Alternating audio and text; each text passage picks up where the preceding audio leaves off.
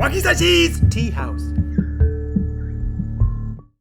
Konnichiwa, minasan. It's Gray from Wakizashi's Tea House home in Japan. How are you doing? Are you good? Are you genki? I hope so. I'm pretty good today. I've got another review for you. Today I want to give this Red Sonja issue 6 a review. I got this from a random pick from Twitter. I chose 3 comics at random, put a poll up on Twitter, asked my followers to please vote on the comic they want to see reviewed, and this came up as number 1. So, Red Sonja from Dynamite. Have you been reading it? Do you know it? I need to check the name of the artist and the writer because I can forget so quickly. I know that the writer's Mirka Andolfo. So let me just show you from the League of Comic Geeks. Here we go. Here we have the writer, Mirka Andolfo, who's more famous for kind of sexy, stylish comedy comic series like Unnatural and what else? Mercy. There's also one at the moment she's got called Sweet Paprika. And the artist on this is called Giuseppe Cafaro. So it sounds very Italian. I'm not sure where Mirka's from, but I'm sure you might have seen her style, her art, either on the net or at comic fairs. Yeah, she's got a very distinctive style. So go back to the cover. You can see it. This is her cover as far as I know. There we go. Yeah, so a little bit of a anime style. Do you see what I mean in the characters' faces? To me, the Red Sonja art looks different to her regular art, to her more sort of sexy, risque art, which is on the other series that I've seen by her. So, what is this issue like? Did you enjoy it? Can it be read as a one and done?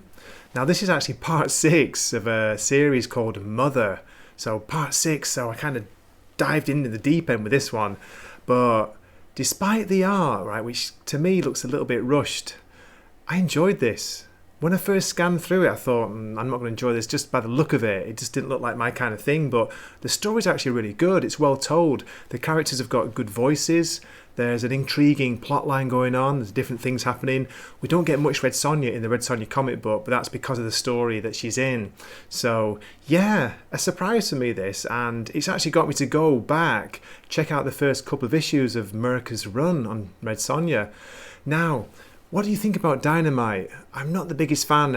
It's kind of maybe the number of variant covers puts me off. You know what I mean? Let me show you some. This example. This is issue 6, yeah. And you go to the back of the comic book and you get the cover gallery.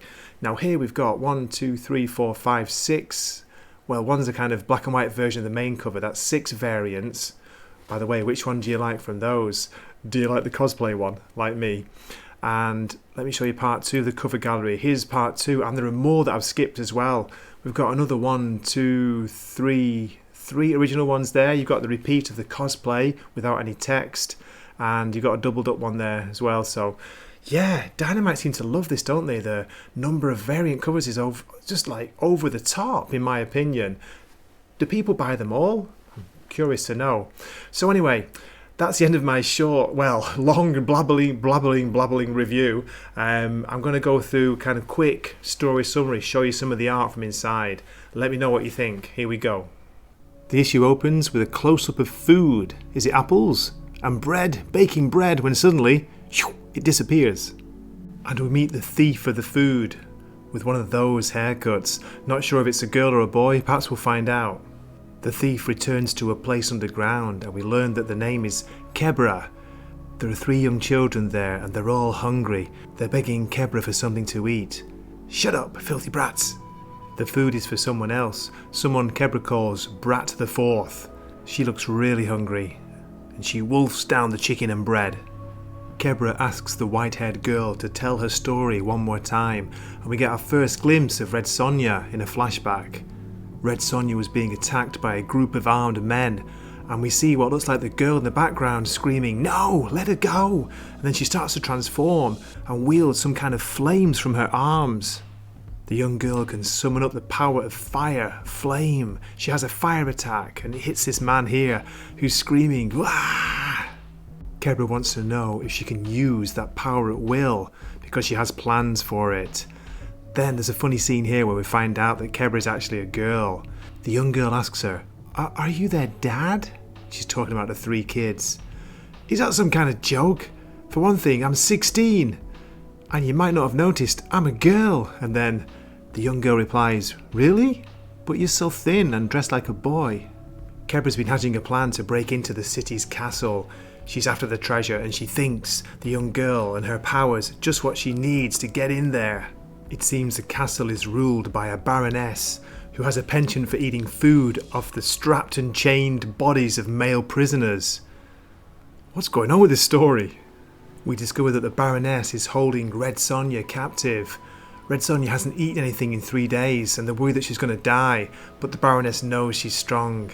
I won't let her die, but I do need her weak. Then we return to Kebra and the young girl, and Kebra's asking the girl to use her powers to summon up the fire, and we hear a voice. In the orange text box it says, "Yes, set me free. I cannot be controlled. The fire, the power wants to come out." Kebra asks her to break down that door. Blam! Oh, wow. By the gods, you really did it!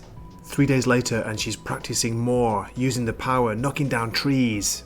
Let me skip ahead and we see this great double page spread where Kebra is breaking into the castle. She drops a smoke bomb or a gas bomb or something, it knocks out the guards. And then on the last page we discover Red Sonja, chained and trapped in a weird kind of prison cell. She's hanging in a cage. To be continued. Well, there we go. Red Sonja, issue 6 from Dynamite. What did you think? Did you enjoy it? For me, Dynamite, I'm not sure about them because they always have so many variant covers for a start. This is one, by the way. This is by an artist called Lyrix Lee, if I'm pronouncing that correctly. What do you think? Nice style, nice fantasy style. A little bit manga-esque there, or anime style to it. So, as always, thank you so much for watching. I hope you enjoyed my review. It'd be great if you left a comment and if you could lick that like button and subscribe. That'd be so cool. Okay, that's the end of my random pick of the week, number 2. So thanks again for watching and see you in the next video. This is Gray from Wakizashi's Tea House signing off. Matane. Wakizashi's Tea House. Please subscribe.